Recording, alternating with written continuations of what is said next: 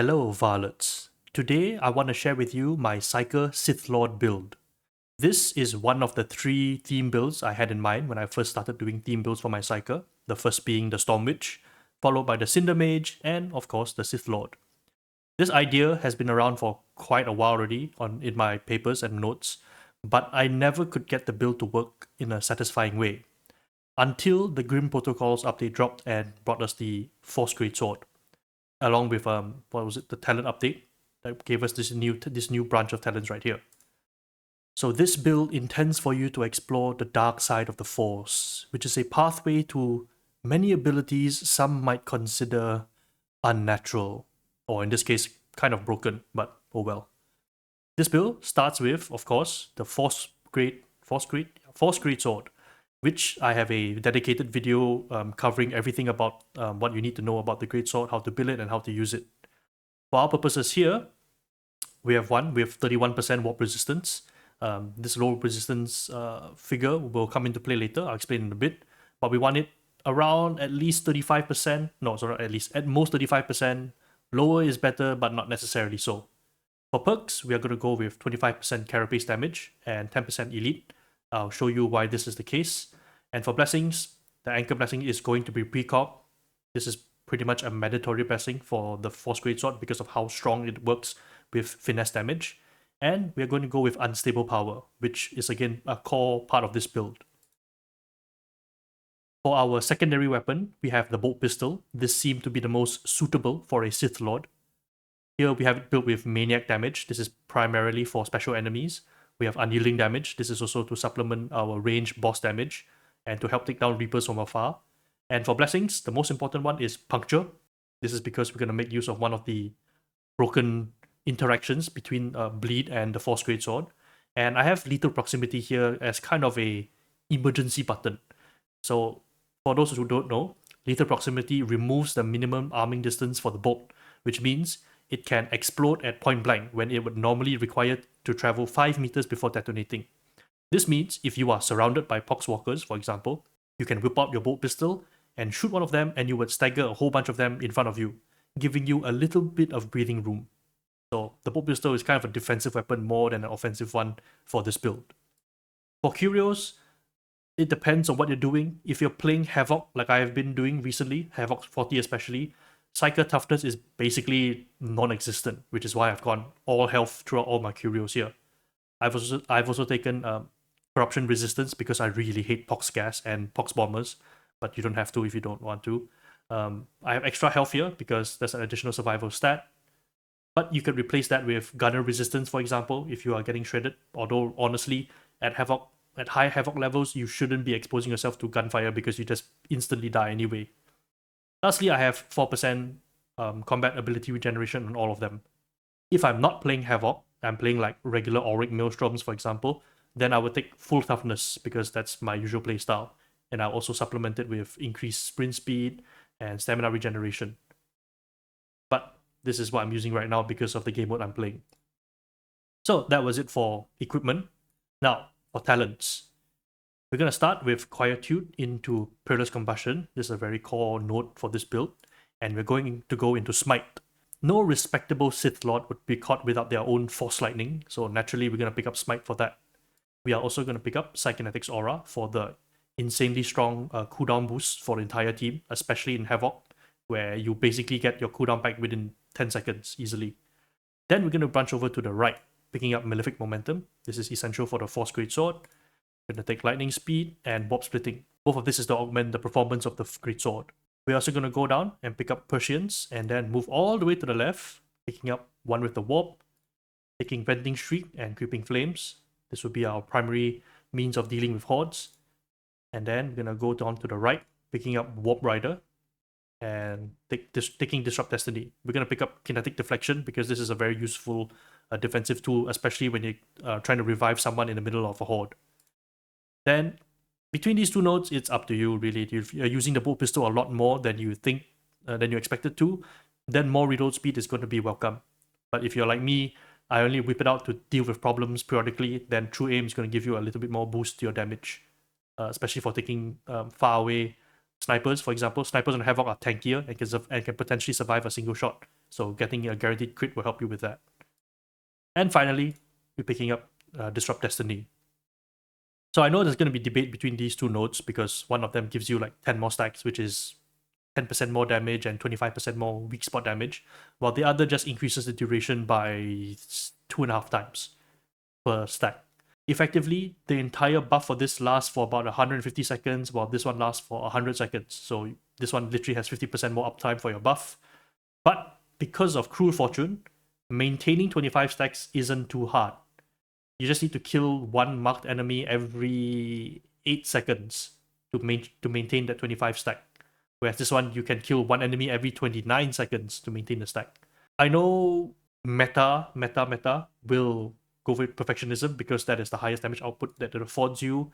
And if you're playing Havoc, where enemies are significantly tankier, it might come in play. I'm not entirely sure yet. Haven't done the math for the Havoc level enemy health pools, but I'm sure that would be the case. But for me, I found that from my calculator which I've built, you don't really need the damage from this, especially if you're not playing Havoc. If you're just doing Auric Maelstroms, then Linger Influence is more than good enough. But honestly, it's up to you. This node makes both of them viable. If this node didn't exist, this would be a pretty hard sell, honestly. So that is all the talents you technically need for this build. And you will notice we have 2 left. So these 2 points came about because of my calculator.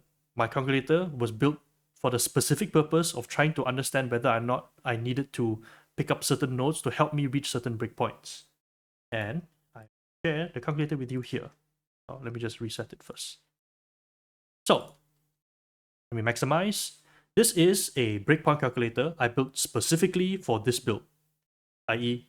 Psyker Sith Lord build.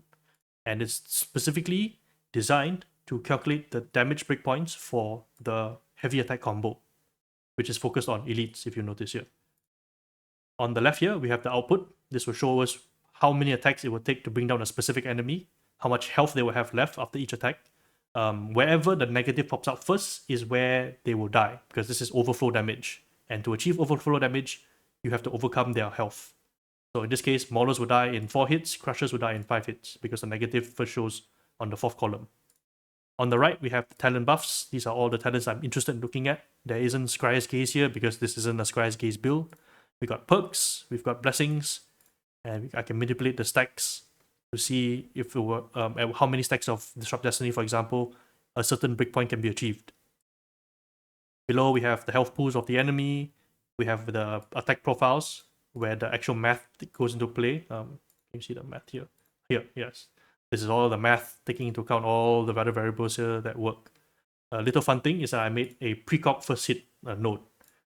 So this is here really to calculate if I want to start an attack where I have precog already, which means I'm doing the counter attack, or if I want to attack first without waiting for a counter attack, because that might affect your calculations depending on your attack pattern. So this was kind of a test to see if it could work, and it works. Right, now, like I said, the main purpose of this calculator was to find out whether or not I needed to allocate talent points to specific talents. In this case, I wanted to know if I needed Kinetic Aura or not, and whether this node was actually going to do anything, because if I didn't need Kinetic Aura, I would save 1 talent point, which is very valuable because that opens up more opportunities for other things. So if we take what we have currently, we take Carapace and Elite, this is the current breakpoints we can reach. We will 3-shot Maulers. We're still going to 4-shot Crushers. Bulwarks will take some time to kill, 4 shots. Reapers as well, 4 shots. We can't kill Scab Gunners in 1 shot yet. Shotgunners die in 1 hit. Gunners still survive, and of course Rages will survive. But because Disrupt Destiny is a permanent fixture, given how easily it is to maintain full stacks, we can assume that this is on all the time, and that changes all our breakpoints all of a sudden.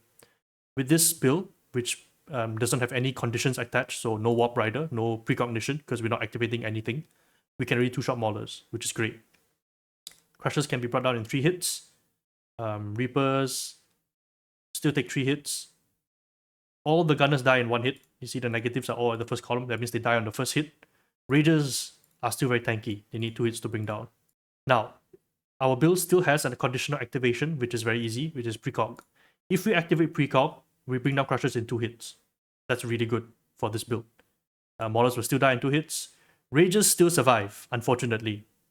Everything else other than the Bulwarks and Reapers will die in one hit. So that's great.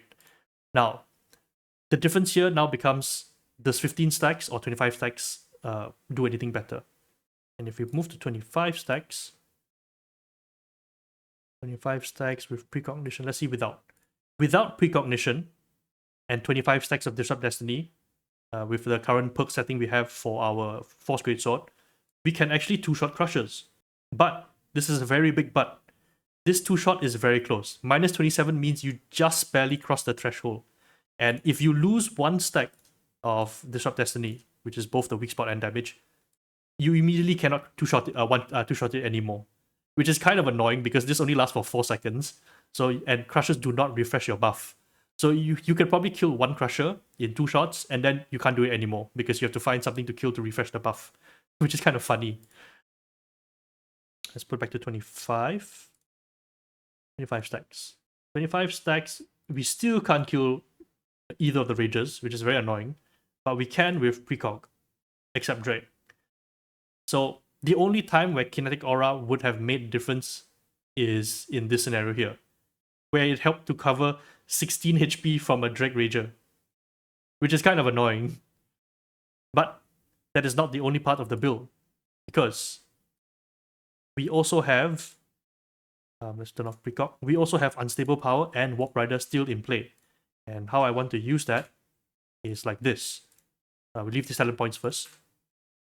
So, the reason why I wanted the very low warp resistance, if we look at how much it costs about 50% peril, if you can see here, but because we have these peril resistance nodes, we needed a warp resistance that was lower than it actually has to be, because we have to account for this and this one here. That's like 10%, which means 50% peril gets cut down to 45, which is exactly what we have here. We have 45% costs. This 45% is important because it does it does 3 things.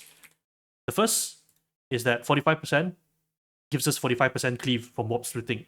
This is essentially, where is it? Wrath. There's 1 stack of Wrath just from activating your Force Sword, giving you extra cleaving power. And of course, if you throw it out and you activate again, that's 90% more cleave, because warp splitting is 1-to-1. 1% peril is 1% cleave. So you can just activate, and then for the next handful of seconds, you have extra cleave to fight in melee. That's great. That's very easy to activate. The second reason why we wanted at least 42%, like I showed in the guide video, is because of this. Creeping Flames. Let me just change the enemy type. Like this will do nicely. If you activate your Force Cleave, even if you don't hit anything with it, just to get 90%, you'll reach 6 stacks of Soul Blaze, which is enough, I think, to kill... Is it enough? No. Yes. You're gonna die? No, it is not enough. But here's the neat part, and that brings me to part number 3, and that is to do with our blessings and the talent. Whenever we activate our Force Cleave, we trigger Warp Rider. 45% gives us about 10% extra damage, which, by the way, if you look at Warp Rider in the guides, it will point to Warp Rider being like a linear thing, like a stage thing, where you get 4% extra damage for being at 20% peril or 10% peril or something like that. In reality, this is not how it works. It is based on a 1-to-1 basis, similar to warp splitting, where at 40%, technically I should be at 8% damage, but my calculator shows me that I'm wrong, because it actually is giving me more damage than 2 stacks. So that's something to note about the calculations if you are doing for Warp Rider. On top of Warp Rider, we also activate Unstable Power. 40% will give us 2 stacks, which is 10% power. So all of this will add up. Now, how does that add up? Just now you saw, I couldn't kill those those shooters with just Soul Blaze alone. But if I activate, and I throw, and I cast, and I maintain, so I'm just casting it and not hitting, maintain 100% or at least 80%, you can see that I'm doing much more damage now. And they actually die, with ticks to spare. So what you can do with this build, and what I've been doing a lot, even without the puncture exploit, is that, let's say there's a horde coming here, for example, I would just throw the blades at them, even though it doesn't do any damage. Cast, and let's keep throwing. As long as I maintain the damage output, a lot of the chaff enemies, which is usually the annoying part in Havoc, will just die. This build always gets the highest damage output dealt because of how much sustained damage over time effects I'm applying constantly, along with the stagger from this build. I'll put a clip here to show you what the craziness looks like when you stack the puncture exploit, which I'll just show here as well. So what you just saw was the force cleave one alone. If you do the puncture, you swap your bolt pistol and you apply bleed. Now if you apply soul blaze and then you maintain it, the damage output is even crazier. You can kill elites with this strategy. When will it be patched? I have no idea, but this is what kind of chaos you can do with this clip.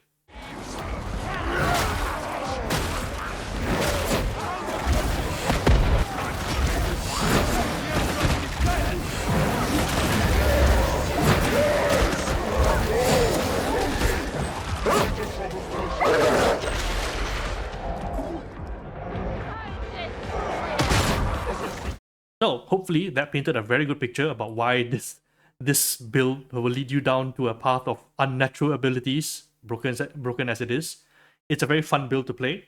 Even without using the puncture exploit, this build was just incredibly enjoyable to use because of how many things were going on with it, especially with the warp resistance interaction with your entire talent tree. I was very happy about that. Speaking of talent tree, these 2 extra points, what can you do with them? Well, you have options. The typical option would be probably to pick up Metal and Perfect Timing. Metal is decent because we have Persians and we have this critical chance node, so we have 17.5% crit chance, which is okay for Metal. Perfect Timing is nice because this will increase the damage of your Soul Blaze and your Force Cleave, which, by the way, all the damage buffs that I was talking about applies to your Force Cleave as well. So Malefic Momentum's damage will also be buffed. It will be buffing the Soul Blaze. It will also buff your Force Cleave on top of Perfect Timing. So there's a lot more interactions going on than I actually covered. Alternatively, if you don't want that, I have taken Anticipation. The extra 1 dodge is quite valuable in my opinion. The main weakness of the Force Greatsword is the fact that it has pretty poor mobility, all things considered, especially if you consider it to the regular Force swords or the dueling swords. So this extra dodge can come in helpful. Usually if I go down, it's because I've run out of dodges and I have no place to run anymore. If you want to further min-max your damage, you can take this combination. Charge Strike and Enfeeble. It is kind of expensive because you basically, Charge Strike alone doesn't do anything without Enfeeble, so you have to take these 2 together. But what you get in return is that all the damage we just saw from the calculator, let me just bring it back up again, all of these numbers you see here, this is the actual damage output, is multiplied by 10%. Because Enfeeble is a debuff, which WIP over here, I'm not actually done trying to add in the math yet, but this 3000 damage output would technically be 3300. No, sorry, that's not true. The first attack doesn't get Enfeeble because it's the attack that applies the debuff. Every subsequent hit, however, would get 10% damage increase, and that's for your allies as well. So there's a lot of damage to be dealt if you want to go down this route. But otherwise, it's up to you. You can even take Soul Drinker and Soul Stealer for a tremendous amount of toughness damage whenever you cast your Vending Streak. This is more useful for Auric Maelstroms than it is for Havoc because of how little toughness you have. So yeah, that was the entire Psyker Sith Lord build. I have played pretty much nothing else but this build for the last 2 weeks, and I've been having so much fun. Also because I've been trying to stress test it and find a way to kind of maximize the effectiveness of this build. Hopefully, you have fun with this build too. It is a thematically very cool build. Here, you see my Psyker. I try to make it look like Darth Malgus, but this is about as good as I can get it. Alright, the new year is coming close. So if you made it this far into the video, I'm going to put out a community post, but since I'm here talking, Happy New Year. Hope you have a great one. And I'll see you in the next one. Varlets.